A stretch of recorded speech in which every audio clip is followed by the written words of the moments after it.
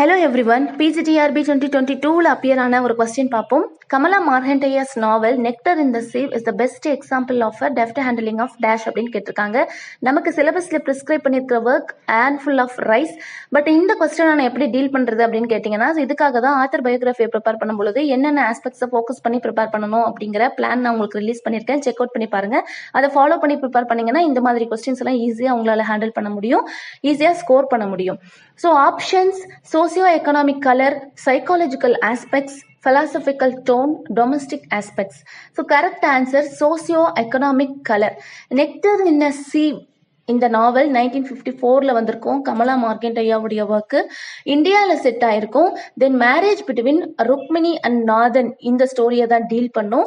First person நரேஷன்ல இருக்கும், Rukmini narrate பண்ணுவாங்க. இந்த ஸ்டோரி ருக்மிணி நாதனுடைய மேரேஜ்ல இருந்து நாதனுடைய டெத் வரைக்கும் டீல் பண்ணும். தேங்க்யூ.